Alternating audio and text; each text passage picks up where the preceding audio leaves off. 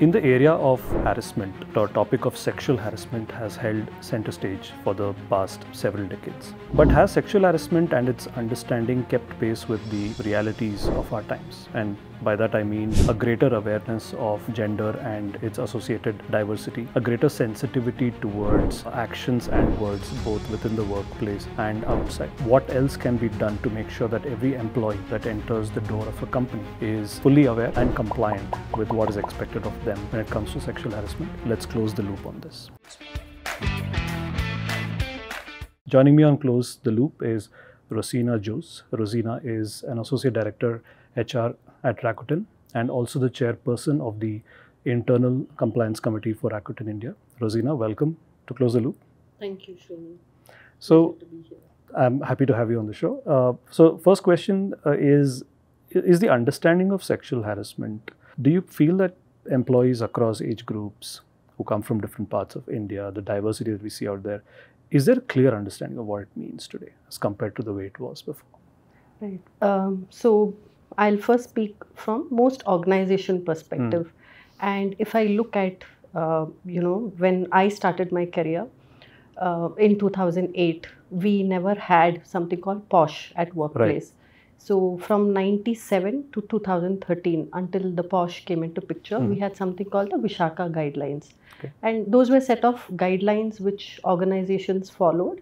And at a very high level, it also constituted how to conduct investigations and, what would be the outcomes if, certain behaviors were displayed at workplace. Now, so it wasn't preventive. It was more like if something happened. Exactly. If something happened, what are the remedies you do to heal the wound? What happens?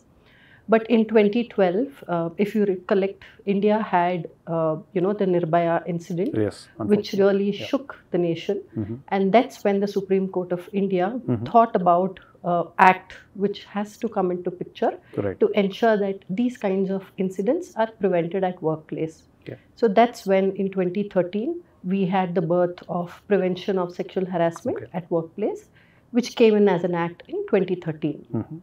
And fast forward 11 years, I think it's a mandate that all organizations do a lot of awareness. And I think as a good organization, most organizations have conducted multiple education sessions to ensure that all employees are aware of what the act constitutes, how to log a complaint, and even when people have some benefit of doubt in terms of how to raise complaints, organizations have been very supportive and with the help of ICC.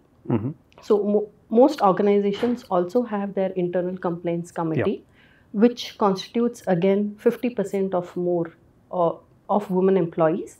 And to ensure that there is a neutral decision taken based on the investigation, we also have an external party along with the ICC. So all this put together, I think there's a lot of awareness which has come in. And if I look at, we have multiple policies in place to ensure that people are again aware of it.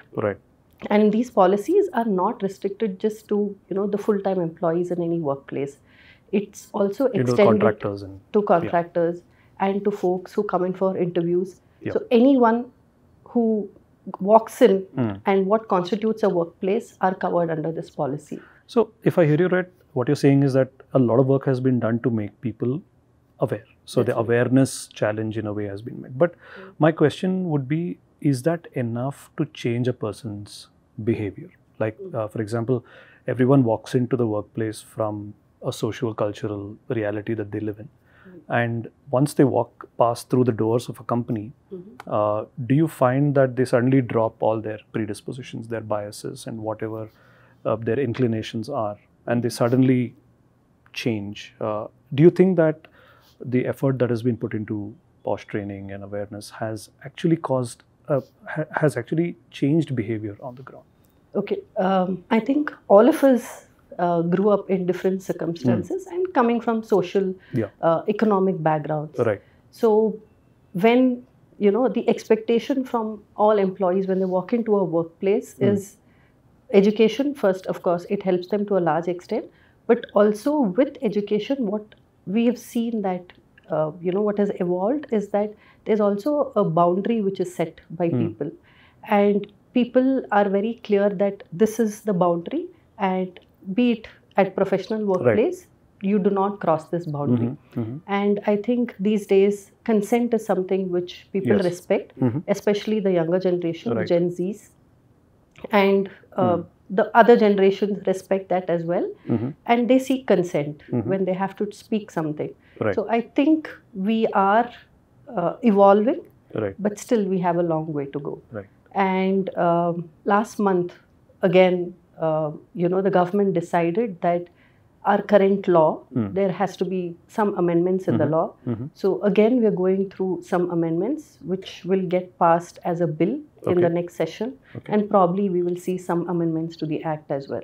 And can you give us a peek into what some of those amendments might be? So there are two aspects what the government wants to cover in these amendments.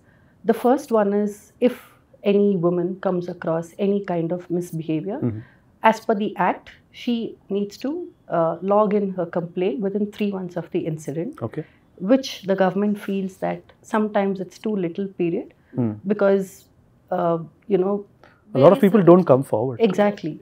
So in those kind of cases, either your friend, your relative, anyone can complain on your behalf. But what the government feels that 3 months is too less time, so the time period is extended to 1 year. So that's one of the amendment. And the next amendment is, say suppose, both parties come at a consensus, there's something called conciliation which happens from both sides based on mutual agreement. I see. So what the government felt, or many of the women committees working for the prevention of sexual harassment felt that is the aggrieved sometimes is pressurized to come at a conciliation, which may be against their will. So this part of conciliation will be taken away. I see. Based on the amendment, if the bill gets passed in the parliament. That's really interesting. What kind of things has gender diversity added to the list of behaviors or things that you can say or do, especially when you have, let's say, non-binary kind of genders at play? I think, again, if I look back at the Act and the policies what organizations have, most organizations have the do's and don'ts in terms of behaviors clearly defined. Be it whichever gender, there are certain practices and workplace ethics what we need to follow. And I think people are aware that what needs to be done at workplace, what are the boundaries. And I think the first line managers are also taught on how to handle things when they come across certain things on the floor. So I think with awareness, I think these behaviors have been broken down and understood better. And the other thing that happens is there are possibly different levels of sexual harassment. There is something which is extreme at one end of the spectrum. It's a spectrum of behaviors and actions and all of that. So are there certain areas which can be treated as gray zones, where even the committee is sitting together and is unsure that was this really harassment? Can you throw some light into?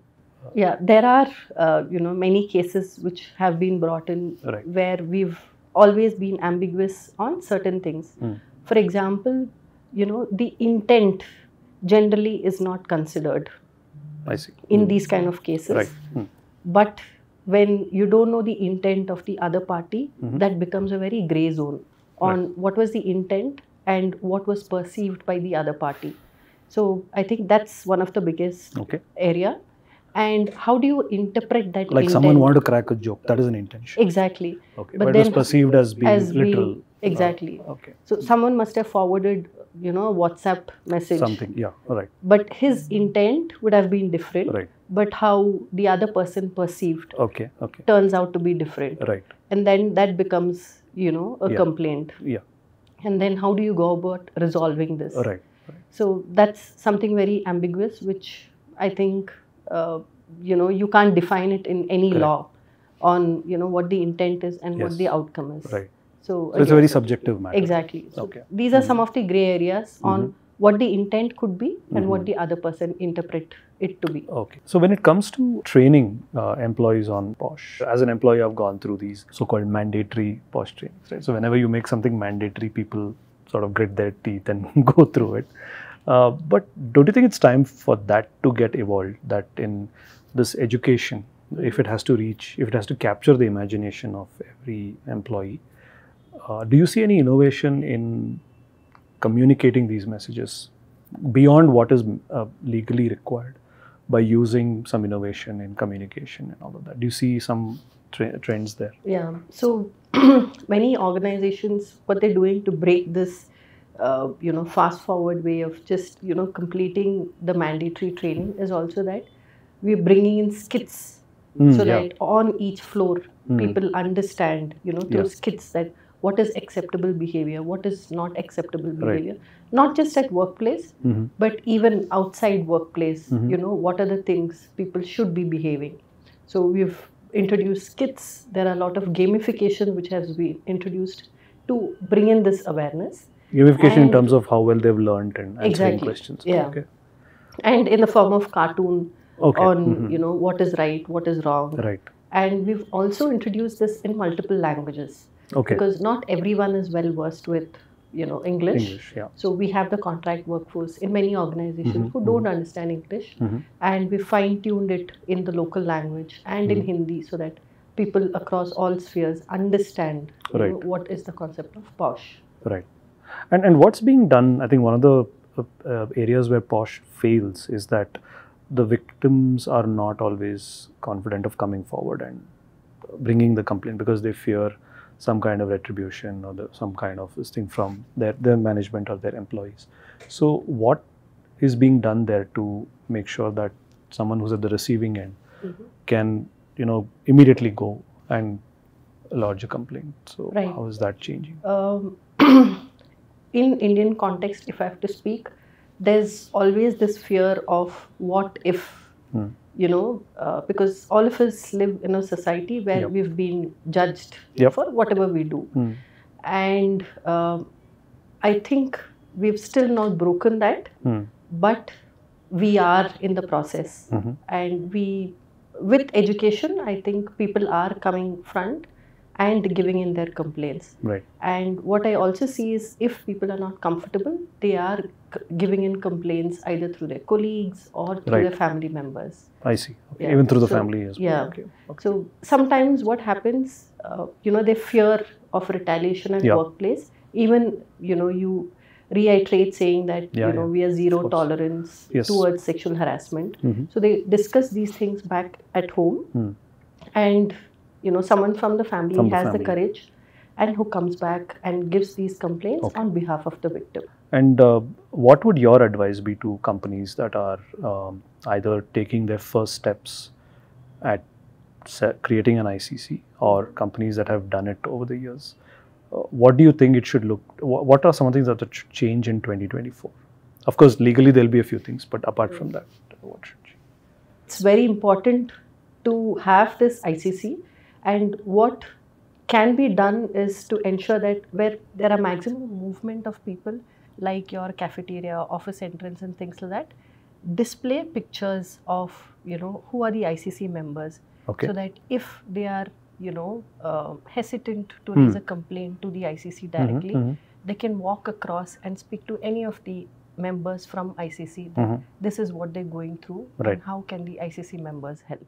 So make ICC more visible. More visible, okay. Exactly. Okay. And this can be done even, by having these boards in different languages so that people understand, even the contract staff understand that, these are the ICC members and this is how, they need to report a complaint or anything which is unacceptable in a workplace. Got it.